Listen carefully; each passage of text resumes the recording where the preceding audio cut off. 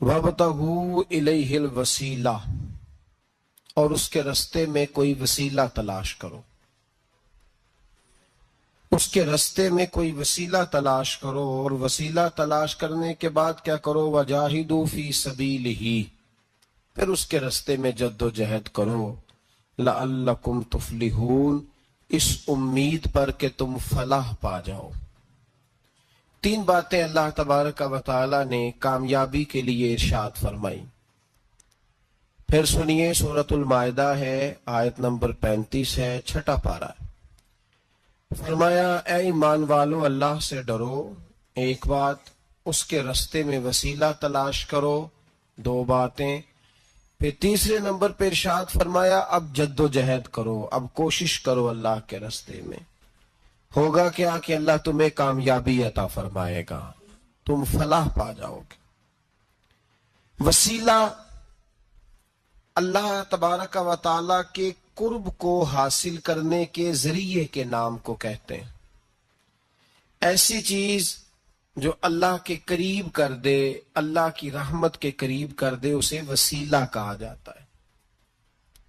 ہر نیک عمل اللہ کے رستے میں وسیلہ ہے۔ نماز بھی وسیلہ ہے، رشتہ داروں سے اچھا سلوک کرنا بھی وسیلہ ہے، صلہ رحمی کرنا بھی وسیلہ ہے، صدقات و خیرات کرنا بھی وسیلہ ہے، سچ بولنا بھی وسیلہ ہے، اللہ تبارک و تعالیٰ کی رضا والا ہر کام کرنا وسیلہ ہے، فرض بھی وسیلہ ہے، نفل بھی وسیلہ ہے۔ اگر اعمال اللہ کی بارگاہ میں وسیلہ ہے تو اللہ کے اولیاء بھی اللہ کی طرف وسیلہ ہیں، اہل بیت بھی وسیلہ ہے، صحابہ بھی وسیلہ ہے، اور رب کریم کی بارگاہ میں سب سے بڑا وسیلہ رسول پاک کی ذات والا صفات ہے۔ سب سے بڑا وسیلہ حضور کی ذات، سب سے بڑا وسیلہ ہے، سب سے بڑا وسیلہ اللہ تبارک و تعالیٰ کے محبوب کی ذات ہے۔ یاد رکھیے گا، مظفر وارسی کہا کرتے تھے کہ چلے نہ ایمان دو قدم بھی اگر تیرا ہم سفر نہ ٹھہرے۔ یا رسول اللہ، اگر آپ کو ساتھ نہ لوں تو میرے ایمان کی گاڑی دو قدم بھی نہیں چل سکتی۔ اور حضور، قبر، حشر، آخرت تو وسیلہ علیحدہ چیز ہے نا۔ میں تو زندگی کے شب و روز گزارنے کے لیے آپ کا محتاج ہوں، آپ کے بغیر، آپ کی سنت اور شریعت کے بغیر میری زندگی بھی نہیں گزرتی۔ کہنے لگے چلے نہ ایمان دو قدم بھی اگر تیرا ہم سفر نہ ٹھہرے، اور تیرا وسیلہ دیا نہ جائے تو زندگی معتبر نہ ٹھہرے۔ اور لبوں پہ ایاک نستعین ہے، پر میرا اس حقیقت پہ بھی یقین ہے، اگر تیرے واسطے سے مانگوں کوئی دعا بے اثر نہ ٹھہرے۔ نبی پاک بھی وسیلہ ہے، نیک اعمال بھی وسیلہ ہے۔ دو تین قسم کے گروہ پیدا ہو گئے ہیں امت مسلمہ میں۔ یہ وابتغوا الیہ الوسیلہ کے تحت شاہ ولی اللہ صاحب محدث دہلوی رحمۃ اللہ تعالی علیہ، جو امت مسلمہ کے متفقہ امام ہیں، تمام مسالک جن کا احترام کرتے ہیں، شاہ ولی اللہ صاحب نے لکھا ہے کہ وابتغوا الیہ الوسیلہ سے مراد یہ ہے کہ اللہ فرماتا ہے اکیلے نہ آ جانا، کسی مرشد کامل کا دامن تھام کے آنا، ایسے اکیلا نہ آ جانا کہ تیرا کوئی وارث ہی نہ ہو، کسی کا دامن تھام۔ اب دو تین جماعتیں پیدا ہو گئیں، ایک سرے سے قائل ہی نہیں وسیلے کے۔ وہ کہتے ہیں جی نماز کا وسیلہ دے لو، روزے کا وسیلہ دے لو، حج کا وسیلہ دے لو، نبی پاک کا نہ دینا۔ وہ خدا کے بندو، نماز کا وسیلہ دینا درست ہے، میں نے شروع میں کہا کہ یہ بھی وسیلہ ہے، لیکن نماز پتہ نہیں قبول ہے کہ نہیں قبول۔ روزے کا وسیلہ دینا درست ہے، پر پتہ نہیں وہ قبول ہے کہ نہیں۔ حج کا وسیلہ دینا حرج نہیں، دینا چاہیے، لیکن پتہ نہیں ہمارے حج ٹوٹے پھوٹے ہیں، قبول ہے کہ اس رسول کا وسیلہ کیوں نہ دیں جو ہر حال میں اللہ کی بارگاہ میں قبول ہی ہے، ہر حال میں اللہ کی بارگاہ میں۔ بلکہ اعلیٰ حضرت فرماتے ہیں بخدا خدا کا یہی ہے در، نہیں اور کوئی مفر مکر، جو وہاں سے ہو یہیں آ کے ہو، جو یہاں نہیں تو وہاں نہیں۔ تو یاد رکھیے گا، نبی پاک کا وسیلہ سب سے معتبر وسیلہ ہے۔ اب لوگ اس جھگڑے میں پڑ گئے اور جتنی جتنی تعلیم عام ہوتی جاتی ہے لوگ دروازہ رسول سے دور ہوتے چلے جا رہے ہیں، بجائے اس کے کہ محبت رسول بڑھتی، نبی پاک کا قرب بڑھتا، اور ہم بھی بادشاہ لوگ ہیں، جس مرضی کی بات ہم سننی شروع کر دیتے ہیں۔ اور خدا کے بندو سنو، زندگی نبی پاک کے بغیر نہیں گزر رہی تو قبر حشر میں حضور کے بغیر کامیابی کیسے ہوگی؟ یاد رکھیں اور سمجھیں اس بات کو، اور اپنے عقیدے کو پہاڑ سے زیادہ تگڑا بنائیں۔ اس میں کوئی شک نہیں کہ نیک اعمال بھی وسیلہ ہیں، پر بھائی مجھے تو اپنی نماز پر اعتبار نہیں، اس لیے کہ میں خلوص سے پڑھتا ہی نہیں۔ کئی جگہوں پہ کمی محسوس ہوتی ہے، کئی جگہوں پہ نقص محسوس ہوتے ہیں۔ روزے رکھے ہیں، ہمیشہ سے رکھ رہے ہیں، لیکن کوئی ایسا مان اور بھروسہ نہیں کہ بخشوائیں گے۔ حج اللہ تبارک و تعالیٰ توفیق دیتا ہے، ان لوگ جاتے ہیں، ہمیں بھی اللہ نے موقع دیا، ہم بھی گئے ہیں، دعا فرمائیں اللہ بار بار بلائیں۔ لیکن گزارش یہ ہے میرے بھائی سمجھ لیں کہ یہ چیزیں ہماری نظر میں کرتے ہیں، اللہ تبارک و تعالیٰ انہیں سبب رحمت بنائے گا، لیکن ہمیں اس پر کوئی مان، کوئی تکبر، ہاں اگر بھروسہ ہے تو ذات رسالت ماپ پہ بھروسہ ہے، نہ تیگ و تیر پہ تکیے، نہ خنجر پر، نہ بھالے پر، بھروسہ ہے تو ایک سادی سی کالی کملی والے پر، نبی پاک صلی اللہ علیہ وسلم کی ذات پر۔ اب لوگ خشک زندگی گزارنا چاہتے ہیں، خشک سی نماز، اور بس جی بس نماز روزہ سیدھا کرو، یہ ہمیں کہاں لگایا جا رہا ہے۔ ہم خود بھی آگے نہیں جانا چاہتے، حالانکہ ہم نے وسیلے بنائے ہوئے ہیں۔ کئی لوگوں نے ایم پی اے وسیلہ رکھا ہوا ہے، ایم این اے وسیلہ رکھا ہوا ہے، یار 15-20 وسیلہ رکھے ہوئے ہیں، بلکہ امیر لوگوں سے سلام دعا رکھی ہوئی ہے۔ کس لیے؟ روز دعوتیں پکتی ہیں ہوٹلوں میں، یہ سارے وسیلے ہم نے بنائے ہوئے ہیں۔ عجیب معاملہ ہے، دنیا داروں سے وسیلے ہیں لیکن رب کریم کے بندوں سے ہم نے تعلقات نہیں رکھے۔ مزارات پہ جانا، اولیاء کی بارگاہ میں جانا، رب کریم کے بندوں سے پیار کرنا، صحابہ سے محبت کرنا، اہل بیت سے پیار کرنا، نبی پاک پہ درود پڑھنا، دنیا داری کا ہمیں پتہ ہے ہم نے کیسے بیچ میں سے بچ کے نکلنا ہے، ہمیں کس چیز کی حاجت ہے، دعوت پہ بلانا ہے تو کس کس کو چھانٹی کر کے بلانا، یہ سارا ہمیں پتہ ہے۔ جب شادی ولیمے کے اور سالگرہ کے اور عقیقے کے کارڈ لکھے جا رہے ہوتے ہیں تو پتہ ہوتا ہے اس کو رہنے دو، اس کو آنے دو، اس کو مس کر دو، اس کے بغیر گزارا نہیں۔ ان وسیلوں کا سارا پتہ ہے۔ اللہ رسول کے وسیلے کی بات آتی ہے تو ہم بھی فتویٰ پوچھنے چلے جاتے ہیں، ہم بھی تفصیلات پوچھتے ہیں، ادھر ادھر نہ جا۔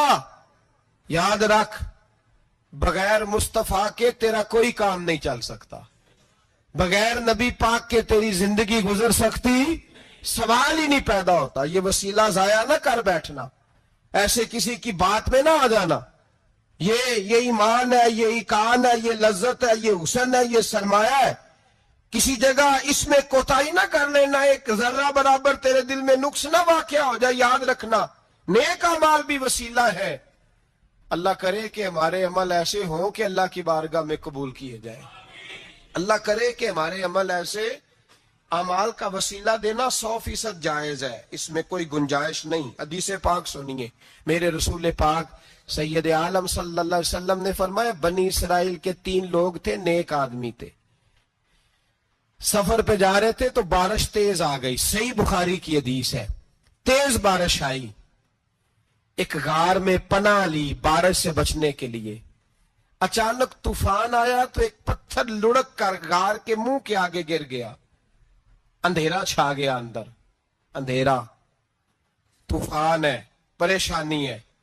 میرے حبیب پاک علیہ السلام فرماتے جب اندھیرا دم گھٹنے لگا، اندھیرا ہونے لگا، پریشان ہونے لگے، ایک بولا، کہنے لگا اگر زندگی میں کوئی نیک کام کیا ہے تو اس کو یاد کر کے دعا مانگو، اللہ کرے ہم سے کوئی نیک کام ہو جائے۔ جو ہوتے ہیں اس میں بھی ریاکاری ہوتی ہے، اس میں بھی ملاوٹ ہوتی، کوئی نیک کیا ہے تو دعا مانگ لو۔ ایک نے ہاتھ اٹھائے اور دعا کیسے مانگی؟ اللہ اکبر، عرض کرنے لگا اے اللہ تو جانتا ہے میں نے بکریاں رکھی ہیں، میں دودھ دھو کے بیچتا ہوں، میرے بیٹے بھی ہیں، بیٹیاں بھی ہیں، اولاد بھی ہے، اور میرے پاس لوگ دودھ خریدنے بھی آیا کرتے تھے، اور اللہ میرے بوڑھے ماں باپ ہیں، میں نے اپنی زندگی کا طریقہ بنایا ہے، جب تک ابا جی دودھ نہیں پیئیں گے کسی کو نہیں ملے گا، جب تک میری بوڑھی ماں کے لبوں سے دودھ نہیں لگے گا کسی کو نہیں ملے گا۔ اے اللہ، وہ رات بھی تو جانتا ہوگا جب میں دیر سے آیا، دودھ دھویا تو ماں باپ سو چکے تھے۔ عرش کے مالک، تو بھولا نہیں کرتا، تو بھولنے سے پاک ہے۔ میرے رب، میں دودھ کا پیالہ لے کے ساری رات کھڑا رہا ماں باپ کے سرانے، نہ میں نے دودھ بیچا نہ میں نے بچوں کو دیا۔ آدھی رات کے بعد ان کی آنکھ کھلی، انہوں نے دودھ پیا۔ اے اللہ، میری اماں بھی مجھ سے بڑی راضی ہوئی، میرا باپ بھی بڑا راضی ہوا۔ مالک، اگر وہ عمل واقعی تجھے قبول ہے تو اس مصیبت سے نجات دے دے۔ میرے نبی پاک علیہ السلام فرماتے، اس نے یہ وسیلہ دے کے دعا مانگی تو اللہ نے پتھر سرکا دیا۔ پہلے روشنی نہیں آ رہی تھی، اب روشنی آنی شروع ہو گئی۔ پتہ چلا جو زندگی میں روشنی چاہتا ہے وہ ماں باپ کی نوکری کرے، جو زندگی میں روشنی چاہتا ہے وہ ماں باپ کی بلے شاہ تو اسمانی اڈدیاں پھڑنا ہے، اور جڑا گھر بیٹھا انہوں پھڑیا ہی نہیں۔ ان کی نوکری کرو، روشنی ملے گی۔ دوسرا بولا، اس نے کہا، اے اللہ، تجھے پتہ ہے میں نے کئی لوگ مزدوری پہ رکھے ہوئے ہیں۔ ایک شخص مزدوری کرتا تھا تو کچھ کلو کچھ شیر کچھ چاول اس کی مزدوری بنے۔ مثال دے کے سمجھاتا ہوں، 10,000 کے چاول اس کی مزدوری بن گئے۔ میں نے اس کو کہا مزدوری لے لے تو وہ ناراض ہو کے چلا گیا ناراض ہو کے۔ لیکن اے اللہ، میں نے اس کا مال کھایا نہیں، میں نے مزدور کا حق رکھا نہیں۔ اے اللہ، میں نے 10,000 علیحدہ کر دیا، وہ چاولوں کی قیمت میں نے علیحدہ کر دی۔ جب میں کاروبار کرتا تو میں نے اس کا پیسہ انویسٹ کر لیا، پھر اس پیسے سے میں کماتا رہا۔ ایک وقت آیا کہ زمانے بیت گئے، وہ 10,000 10 لاکھ یا یوں سمجھ لے 10 کروڑ ہو گیا۔ کئی گائیں، کئی اونٹ، کئی پلاٹ آ گئے۔ اے اللہ، کئی زمانے کے بعد وہ مزدور لوٹا اور کہنے لگا، صاحب میں غریب ہو گیا ہوں، تنگ دستی آ گئی ہے، بوڑھا ہو گیا، وہ میرے پیسے تو دے دیں۔ تم اے اللہ، میں بے ایمان نہیں ہوا، ایک رتی برابر بھی میرے دل میں میل نہیں آئی۔ میں نے کہا، یہ اتنی درجن گائیں تیری، یہ اونٹ تیرے، یہ پلاٹ تیرے۔ وہ کہنے لگا، تو مجھ سے مذاق کرتا ہے؟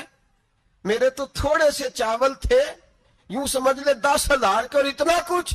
میں نے کہا، وہ تیرے پیسے تو ناراض ہو کے چلا گیا، میں نے ڈھونڈا تو ملا نہیں، وہ تیرے پیسے میں نے انویسٹ کیے تو آج یہ سارا سرمایہ اسی کا ہے۔ اے اللہ، وہ بوڑھا مزدور جب اتنی گائیں ملی، اتنے اونٹ ملے، اتنے اسے پلاٹ ملے تو وہ روتا دعائیں دیتا گیا، اے اللہ، اگر تجھے میرا وہ عمل قابل قبول ہے تو اس مصیبت سے نجات عطا فرما۔ میرے نبی پاک سید عالم صلی اللہ علیہ وسلم فرماتے، پتھر تھوڑا اور ہٹ گیا۔ اب تیسرا بولا، عمل کا وسیلہ دے کے، او بھائی کوئی عمل بچا کے رکھ، کچھ کر لے، کچھ زندگی میں اکٹھا کر لے، کوئی تو ایسا عمل ہو جب قیامت آئے تو مصیبت سے بچ سکے، تو قبر میں مصیبت سے بچ سکے، تو دنیا میں مصیبت سے بچ سکے۔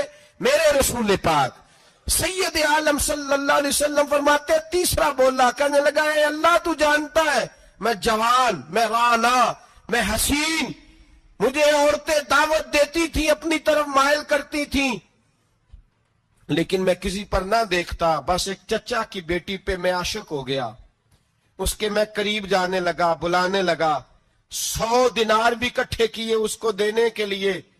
ایک ایسا وقت آیا کہ وہ راضی بھی ہو گئی۔ اے اللہ، تنہائی بھی آ گئی، یوں سمجھ لو کہ میں جوان بھی، حسین بھی، مالدار بھی، میں چاہوں تو ایک دن میں 4 دفعہ میں بدکاری کر سکتا تھا۔ اے اللہ، ساری خوبیاں تھیں۔ وہ بی بی میرے پاس آئی، کمرہ، تنہائی، کوئی دیکھنے والا نہیں تھا۔ جب میں اس کے قریب جانے لگا تو وہ عورت کہنے لگی، تو رب سے ڈر جا، رب سے ڈر جا، رب سے ڈر جا۔ اے اللہ، طاقت بھی، جوانی بھی، حسن بھی، مال بھی، میں سب کچھ کر سکتا تھا پر تیرے لیے۔ اور اگر مسلمان ہوگا تو کہے گا، اے اللہ، تیرے رسول کے لیے۔ اے اللہ مدینے والے چاند کی بات مان کے، اے اللہ آمنہ کے معصوم کی بات مان کے، اے اللہ جناب فاطمہ الزہرا کے ابا کی بات مان کے میں نے اپنے نفس کی خواہش کو کچلا، اور کچل کر کے میں نے وہ گناہ نہیں کیا، اس کو آزاد کر دیا۔ اگر وہ عمل تیری بارگاہ میں قبول ہے تو نجات دے دے۔ میرے نبی پاک فرماتے ہیں بس دعا ختم ہوئی تو اللہ نے پہاڑ دور پھینک دیا، اللہ نے نجات دے دی۔ اللہ کرے میری ملت کے جوان کو بھی یہ نیکی نصیب ہو جائے، اللہ کرے ماں باپ کی خدمت کرنے والے بن جائے، اللہ کرے ہم مزدوروں کا حق دینے والے بن جائیں، اللہ کرے ہم بے ایمانی دھوکے بازی کو چھوڑ دیں۔ اگر کوئی ایسا عمل ہوگا تو اللہ دنیا میں بھی نجات دے گا مشکلوں سے، قبر میں بھی اللہ نجات عطا فرمائے گا، قیامت میں بھی اللہ۔ عمل کا وسیلہ دینا رب کی بارگاہ میں جائز ہے، بولیے اللہ کے ناموں کا وسیلہ دینا جائز ہے۔ کوئی بھی عبادت اگر خلوص کے ساتھ کی جائے، میرے نبی پاک نے فرمایا فرض نماز پڑھ کے تو جو دعا بھی مانگے گا رب تیری قبول فرما لے گا۔ فرض نماز پڑھ کے جو دو دعا بھی مانگے گا اللہ تیری، اس کا مطلب ہے اعمال کی برکت سے اللہ دعائیں قبول کرتا ہے، اللہ دعائیں قبول۔ بس پھر وہی دعا کرتا ہوں اللہ ہمیں خلوص والے عمل کی توفیق عطا فرما۔ اچھا اگر یہ والا وسیلہ جائز ہے تو بتائیے نبی پاک کا وسیلہ جائز نہیں؟ عمل میں تو کوئی کوتاہی ہو سکتی ہے، لیکن حضور کی وجاہت میں کوئی کوتاہی ہو سکتی، نبی پاک کی رحمت میں کوئی کمی ہو سکتی۔ ادھر سنو ایک پہلو ذرا گہرائی سے، ایک بات عقیدے کی اس کو یاد رکھنا، اللہ کو کوئی بندہ نا مجبور نہیں کر سکتا کہ ہم نے نبی پاک کو لا کے کھڑا کر دیا ہے تو اللہ مجبور نہیں ہو گیا، یہ سمجھ لیں۔ اللہ مجبور ہے، ایک مجبور ہوتا ہے ایک پیار ہوتا ہے، ان دونوں چیزوں میں اللہ کو اپنے رسول سے پیار ہے۔ نبی پاک فرماتے ہیں میں دعا کرنے گیا، اے اللہ میری امت پہ قحط نہ آئے، اللہ نے فرمایا ابھی نہیں آئے گا۔ اے اللہ میری امت کے چہرے نہ بدلیں، گناہ کریں تو مسخ نہ ہو، ابھی نہیں بدلیں گے۔ حضور فرماتے ہیں میں نے ہاتھ اٹھایا کہ اللہ یہ آپس میں لڑے نہ، توجہ کرنا جملوں پہ، اے اللہ یہ آپس میں لڑے نہ۔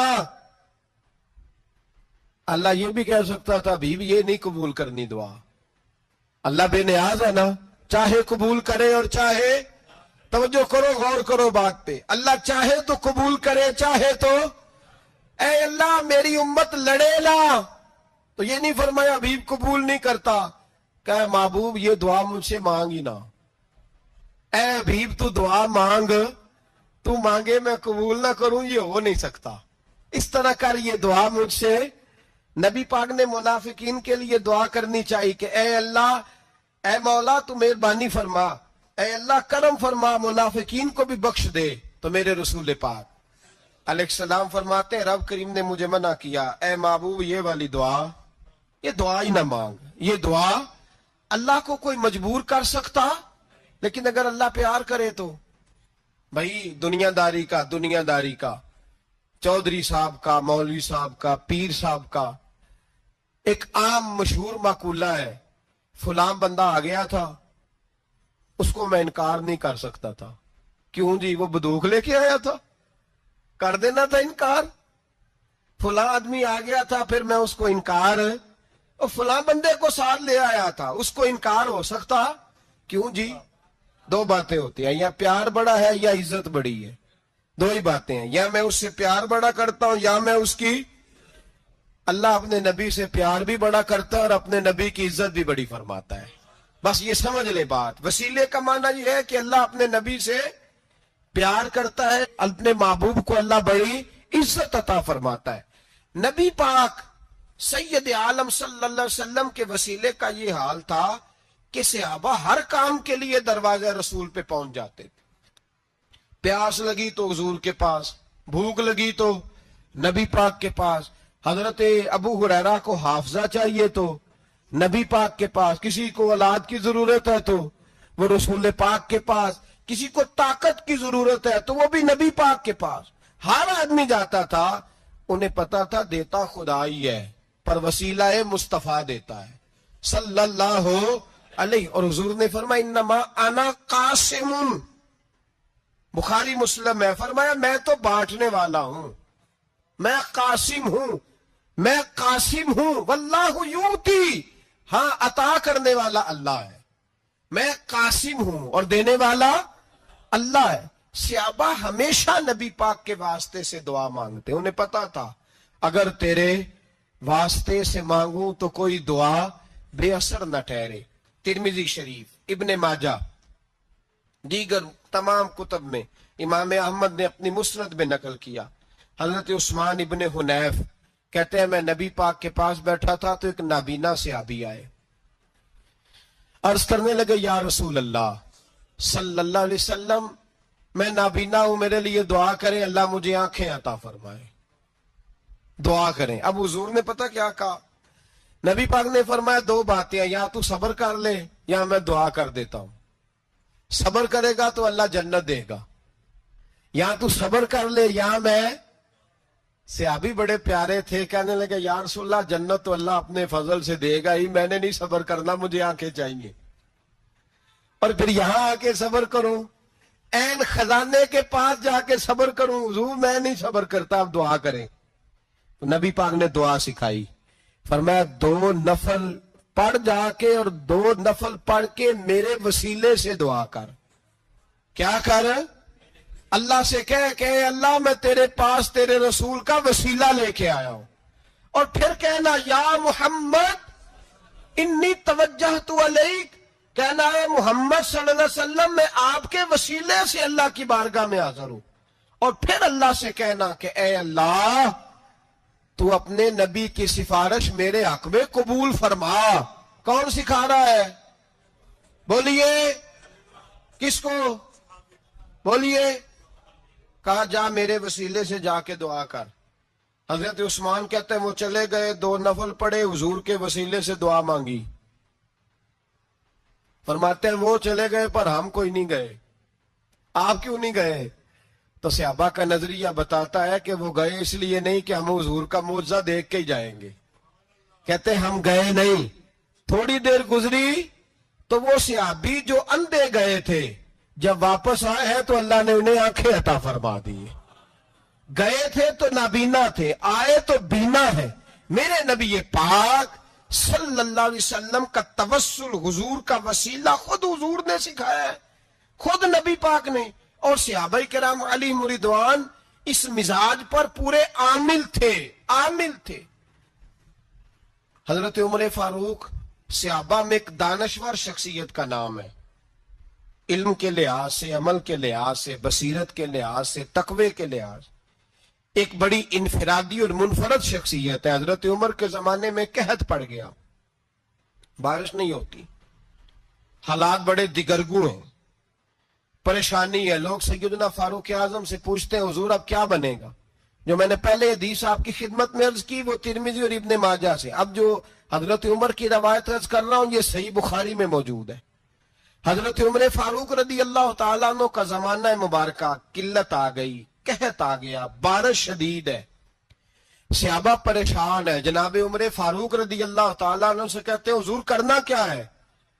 حضرت عمر پہلے تو خاموش رہے، پھر حضور کے چچا جناب عباس کو بلایا، کوئی بات نہیں کی. جناب عباس کا بازو پکڑا اور کھلے میدان میں لے گئے.